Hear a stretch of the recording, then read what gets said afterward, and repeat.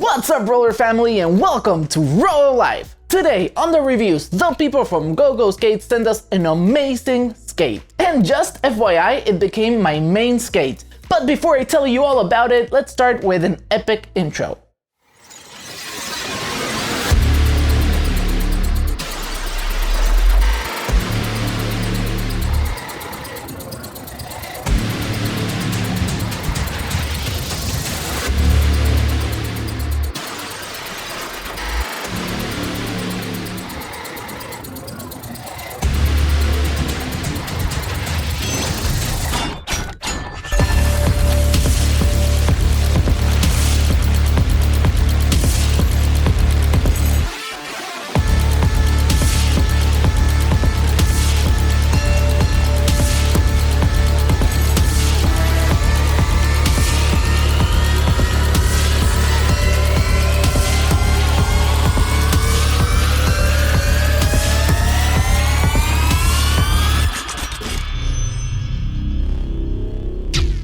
As I mentioned before, GOGOSKATE is an international skate shop that ships all over the world, and they send us an amazing skate, and that is no more, no less than the Flying Eagle F7 Optimum.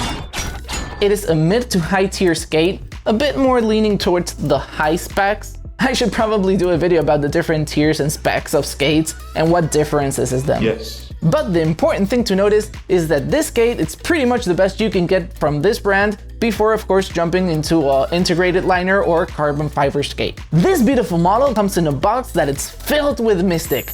And a phrase that I absolutely loved, I believe it is the Flying Eagle slogan, and that is rolling with wings. It kind of sounds like the Red Bull slogan. Anyhow, you may notice that the box is a bit scratched up, it has some numbers written on it, and a lot of tape. That is because the shipment was internationally made, and that's how they ship it here to Argentina, which is very far away. Still, that is not gonna stop us from cutting the tape, opening the box, and doing an epic unboxing.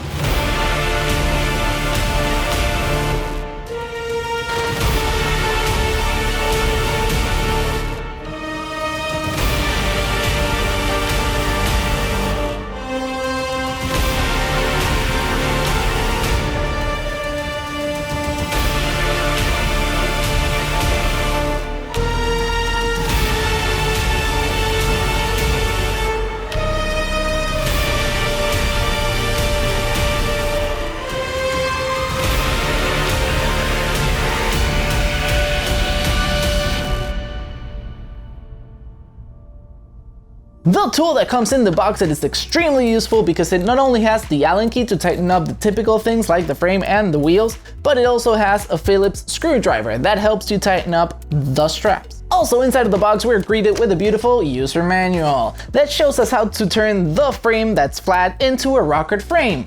And the instructions are in Chinese or poorly Google Translate English. The first thing we noticed when we took the skates out of the box was this beautiful frame with the head of the eagle on top and the sort of wings making up for the full frame. And that of course clearly states that it is not a generic frame, it is something that was made specifically for this brand and for this model. But before we talk about the frame, let's start with the wheels. They come with a glossy finish that gives it a very good grip, and it makes it roll extremely smooth. And yes, that is very common in every high-end or imported wheels. In this skate, it no longer has it because I used it all up. It's like putting candy in my fridge. Of course, it's not gonna last long. On larger skates like this one, the wheels are 80mm, and on smaller size skates, the wheels come in 76mm. On both cases, they are a stiffness rating of 85A. And also in the center of the wheel, you can see the name of the brand molded in. Absolutely everything on this skate is custom made for Flying Eagle. Making the wheel spin, we have a rubberized sealed bearing with the name and the slogan of the brand, of course. And the rubberized sealed gives it ease of access for better maintenance. The bearings do not have a category, that is probably because they're not ABEC rated. However, they do say they are from the Pro line. Okay. Usually, I don't recommend skates that say Pro skates or professional skates or Pro this or Pro that. However, when you get to try these bearings, you're gonna notice they're really good.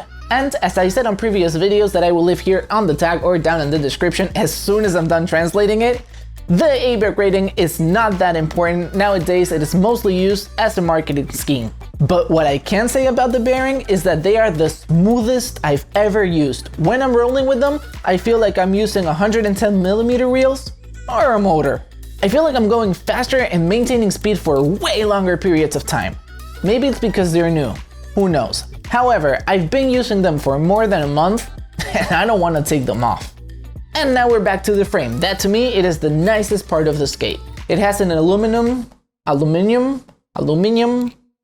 whichever you want to call it, frame that is extremely light but very rigid, with the head of the eagle on top and the wings making up for the full frame that is 243mm in this size.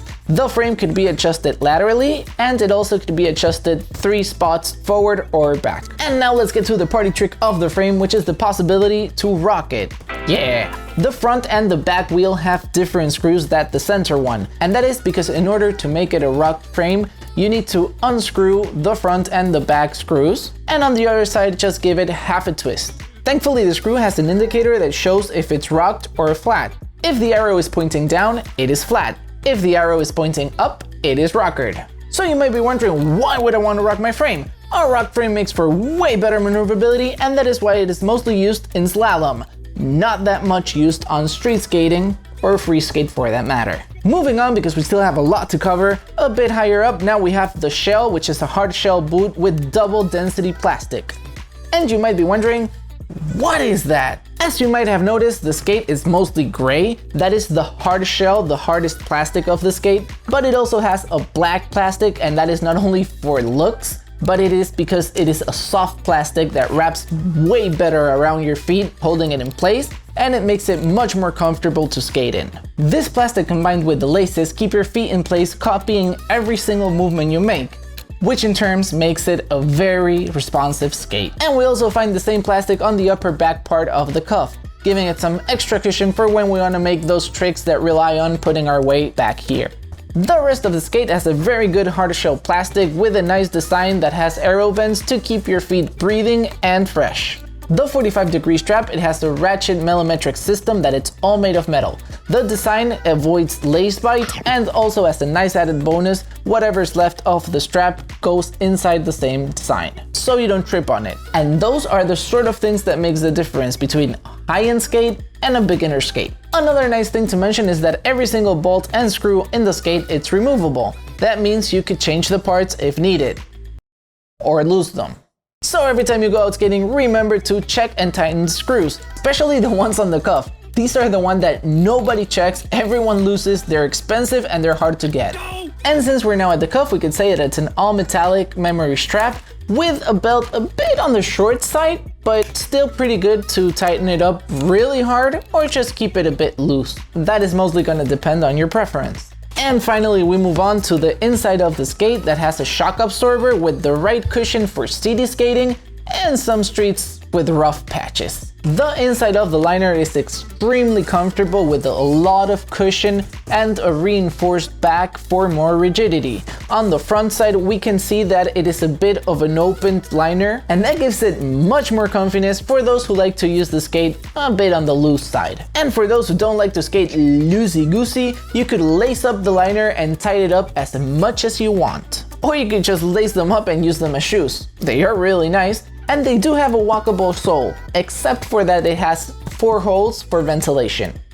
And that is not ideal. Yeah, don't use them to go to the club.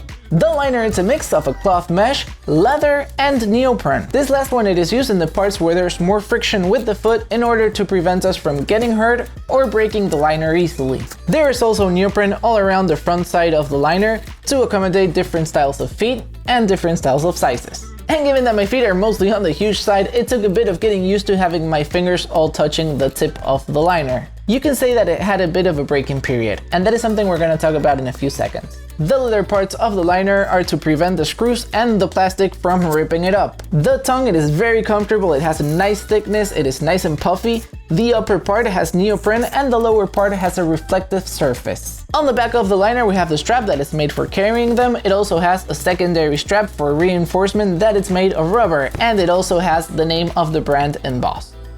Yep, This is a skate that whichever way you look at it, it has all the bells and whistles. But as always, all good things tend to have something bad, and this skate is no exception. So now we're gonna talk about exactly that, the bad parts of the skate. But first, if you're finding this video useful, please let me know with a like and subscribe. Meanwhile, let's go skating.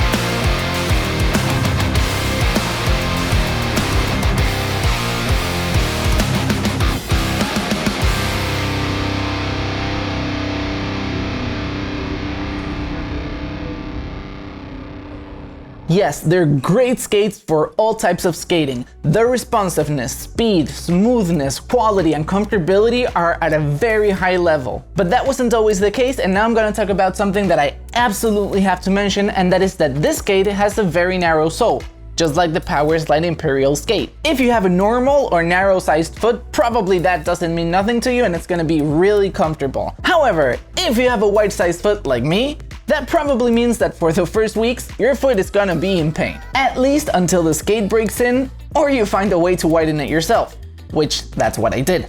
In my case, it took me a bit over 2 weeks, skating every other day about 25 Ks in order to break them in. And that in the picture, it's not a pancake, it's the blisters the skate gave me. The thing is that the skate itself, it's so good that I was not about to let a narrow shell limit me, and that's when I decided to widen it up. At first, I changed the liner for a thinner one, then I used bandages, then I used water bottles, hot and cold during the night to see if it would expand, and when nothing worked, I did the savage thing. I used a heat gun and reheated the mold. Although I don't recommend doing that because you will void every single warranty this thing has, it worked. And just FYI, this liner/skate, it is not heat moldable. And so after a long breaking in period, with a lot of skating, a lot of pain, a lot of blisters, I finally managed to make it wider. Okay, yeah, it wasn't an unconventional way. However, I now have a skate that is extremely comfortable, it works smooth as butter, and I absolutely love it. That's why it became my main skate. Could I have chosen a bigger size in order not to suffer? Yeah, of course I could, but I love suffering. Bring in the pain. No pain, no gain, mother lover. Yeah, and also I like the skate to go exactly the size of my feet. That way I have more control over it. On the original Flying Eagle website, they have a very precise size chart. However, if I follow that, I would have to go to the next size, and that would mean that the skate would be longer than I actually needed to. But yeah, it would have been a bit wider and I wouldn't have suffered. Anyhow, this only applies to people who have a wide foot. If you have a normal or a narrow foot, you're gonna be golden, and this skate is gonna be extremely comfortable from day one. Oh yeah, and apparently it doesn't have a breaking period. Or at least that's what the website says. Truth be told is that besides that, I can't find a negative thing to say about it. I mean, I would have liked it if they made it another color. Hey, that's a beautiful color. Why didn't we get that one?